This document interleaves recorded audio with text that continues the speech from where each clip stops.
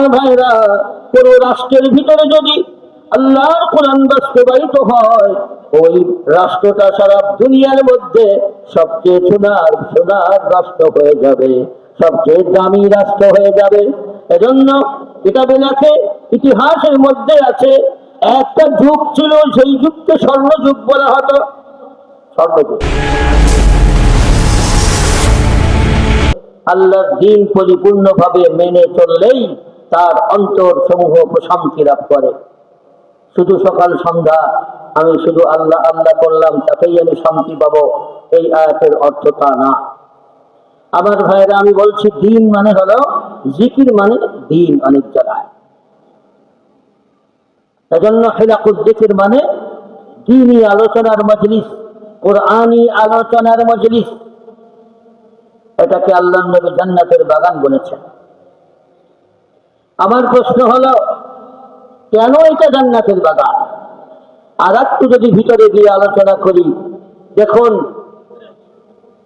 যতক্ষণ পর্যন্ত এই মজলিসে বসে বসে আল্লাহর কোরআনী আলোচনা হবে, ততক্ষণ পর্যন্ত এই জায়গাটা আল্লাহর কাছে জান্নাতের বাগান থাকবে।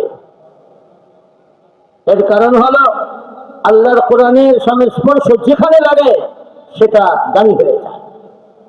আল্লাহর কোরআন এত দামি, এত দামি যে আল্লাহর কোরআন যেখানে লাগে সেটা দামি হয়ে যায়। এক এক করে যদি বলি, আল্লাহর নবী সর্বশ্রেষ্ঠ নবী হওয়ার কারণও এই কোরআন। আল্লাহ তাআলা এই কোরআনকে আল্লাহর নবীর উপরে নাযিল করেছেন, এবং এই কোরআনের বাস্তবায়ন সবচেয়ে বেশি পাওয়া গেছে আল্লাহর নবী মুহাম্মদুর রাসূলুল্লাহ সাল্লাল্লাহু আলাইহি ওয়াসাল্লামের মধ্যে। আমাদেরকে আল্লাহ তাআলা বলেছেন, উম্মতে মুহাম্মাদীকে সবচেয়ে উত্তম উম্মত, কুনতুম খায়রা উম্মাহ, তোমরা হলে সর্বশ্রেষ্ঠ উম্মত। এটারও কারণ হলো এই উম্মতকে কোরআন দেওয়া হয়েছে। আমার ভাইরা, যদি বলি ঈমানের পরে সবচেয়ে বড় ইবাদত হলো নামাজ, তাই না? কেন জানেন? যদি একটু লক্ষ্য করেন, কোন ইবাদত আদায় করতে ফরজ নাই, কোরআন তেলাওয়াত ফরজ পাওয়া যায় না, একমাত্র নামাজ ছাড়া।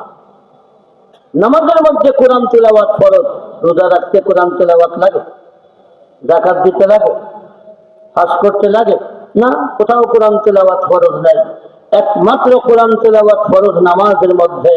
এজন্য নামাজ সর্বশ্রেষ্ঠ ইবাদত। একটু যদি লক্ষ্য করেন, এই যে কাঠটার উপরে আমি বসে আছি বা এই কাঠের উপরে আমি পা দিচ্ছি, কেউ কিন্তু বেয়াদবি মনে করছে না। কিন্তু এই কাঠটা দিয়ে যদি একটা রেহাল বানানো হয়, সেই কাঠের উপরে, রেহালের উপরে কি আমি পা রাখতে পারবো?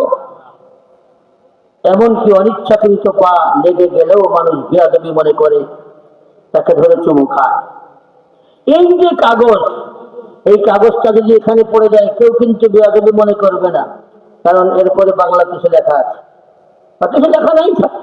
কিন্তু যদি এর উপরে একটা আয়াত লেখা থাকে, তখন এটাকে বিনা অজুতে অপবিত্র অবস্থায় স্পর্শ করাও না যায়, তাই না?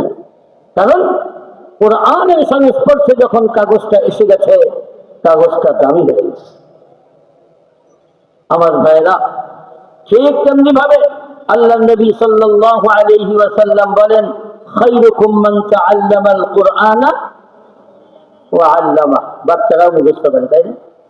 মানে ওই ব্যক্তি সর্বোত্তম, সবচেয়ে উত্তম ব্যক্তি যে কোরআনকে শিখে আর অন্যকে শিখায়। এখানে অনেক মানুষ বুঝতে ভুল করে, শিখে আর শিখায় মানে, শিখা আর শিখানোর মানে কিন্তু শুধু পড়তে শিখা না, আর পড়তে শিখানো না, বুঝতে শিখা না, বুঝতে শিখানো না, বরং পড়তে শিখা, বুঝতে শিখার সাথে সাথে ওই কোরআনের উপরে আমল করতে শিখা আর অন্যদেরকে আমল করতে শিখানো। ধরেন একজন কোরআন শরীফ হাফেজ, আবার হেফজখানায় পড়ায়, কিন্তু নামাজ পড়ে না। এই ব্যক্তিকে কি আপনি সর্বোত্তম বলবেন? যুক্তি তো বলে না। এজন্য এখানে মূল হলো, সাহাবায়ে কেরাম বলতেন, যে আমরা 10টা আয়াত সবক গ্রহণ করতাম, অতক্ষণ পর্যন্ত দ্বিতীয় 10টি আয়াত সবক নিতাম না যতক্ষণ পর্যন্ত আমরা ওই পূর্বের 10টা আয়াতের উপরে আমল করা না শিখতাম। বোঝা গেল, কোরআন ও আমল করতে শিখতে হয়। পড়তে যেমন শিখতে হয়, আমল করতেও শিখতে হয়। তো আমল করতে শিখা, অন্যদেরকে আমল করতে শিখানো। এখান থেকে আল্লাহ বলছেন কি, কুনতুম খায়রা উম্মাতিন উখরিজাত লিন-নাস তা'মুরুনা বিল মা'রুফি ওয়া তানহাউনা 'আনিল মুনকার ওয়া তু'মিনুনা বিল্লাহ। আল্লাহ তাআলা উম্মতে মুহাম্মাদীকে সর্বশ্রেষ্ঠ উম্মত বলার কারণ বর্ণনা করেছেন যে তারা এই কোরআন অনুযায়ী অন্য চলার জন্য অন্যদেরকে দাওয়াত দেয়। সৎ কাজের আদেশ, অসৎ কাজের নিষেধ, কোনটা সৎ কাজ আর কোনটা অসৎ কাজ। আমার ভাইরা মনে রাখবেন, কোরআনের কাজটাই হলো আসল সৎ কাজ, আর কোরআনের নিষেধটাই অসৎ কাজ। আল্লাহ তাআলা এটাই বলেন, তা'মুরুনা বিল মা'রুফি ওয়া তানহাউনা 'আনিল মুনকার। মানুষকে কোরআন অনুযায়ী আমল করার দিকে ডাকে, আবার কোরআনের নিষেধগুলি থেকে বাঁচার জন্য ডাকে। সুতরাং আমার ভাইরা, মানুষ উম্মতে মুহাম্মাদী তখন সর্বশ্রেষ্ঠ উম্মত হবে যখন সে আল্লাহর কোরআন অনুযায়ী নিজে আমল করবে আর অন্যদেরকে কোরআন অনুযায়ী আমল করতে দাওয়াত দিবে। কথা বুঝছেন? ওয়া তু'মিনুনা বিল্লাহ, আর নিজেও ঈমান রাখবে।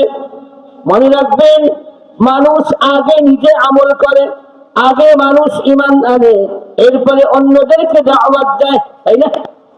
কিন্তু আল্লাহ এখানে বলেন মানুষকে দাওয়াত দিবে, এরপরে বলেন তারা ঈমান রাখবে। এই কথা বলার পিছনে কারণ হলো এখানে নিজে ভালো। আমার ভাইরা, এই কথা বলা উদ্দেশ্য না, উদ্দেশ্য হলো অন্যান্য উম্মতদের উপরে তারা ভালো। এই সর্ব উত্তম হওয়ার জন্য নিজে আমল করলে হবে না, বরং অন্যদেরকে আমল করার দাওয়াত দেওয়া লাগবে। তো এখানে যেহেতু সর্ব উত্তম হওয়ার মূল কারণ বর্ণনা করা হয়েছে, তাই যেই জিনিসের দ্বারা সর্ব উত্তম হয়, নিজে আমল করার দ্বারা সর্ব উত্তম হয় না, বরং নিজে আমল করার সাথে সাথে অন্যদেরকে আমলের দিকে দাওয়াত দেওয়া লাগে। যেই কারণে সর্বশ্রেষ্ঠ হয়, সেই কারণটাকেই আল্লাহ আগে উল্লেখ করেছেন। তাই বলেছেন, তো তা'মুরুনা বিল মা'রুফি ওয়া তানহাউনা 'আনিল মুনকার ওয়া তু'মিনুনা বিল্লাহ। আমার ভাইরা, তো আমি বলতে চেয়েছি, আল্লাহর কোরআন যার মধ্যে পাওয়া যায় সে সর্বশ্রেষ্ঠ মানুষ। শুধু মানুষ না, কোন পরিবারের মধ্যে যদি আল্লাহর কোরআন পাওয়া যায়, আল্লাহর কোরআনের বাস্তবায়ন পাওয়া যায়, আল্লাহর কসম করে বলছি, এই সেই পরিবার সারা দুনিয়ার মধ্যে সর্বশ্রেষ্ঠ পরিবার হয়ে যাবে। আমার ভাইরা, যদি কোন সমাজের মধ্যে কোরআন বাস্তবায়িত হয়, ওই সমাজ সারা দুনিয়ার মধ্যে দামি সমাজ হয়ে যাবে। আমার ভাইরা, কোন রাষ্ট্রের ভিতরে যদি আল্লাহর কোরআন বাস্তবায়িত হয়, ওই রাষ্ট্রটা সারা দুনিয়ার মধ্যে সবচেয়ে সোনার রাষ্ট্র হয়ে যাবে, সবচেয়ে দামি রাষ্ট্র হয়ে যাবে। এজন্য কিতাবে লেখে, ইতিহাসের মধ্যে আছে, একটা যুগ ছিল, সেই যুগকে স্বর্ণ যুগ বলা হতো।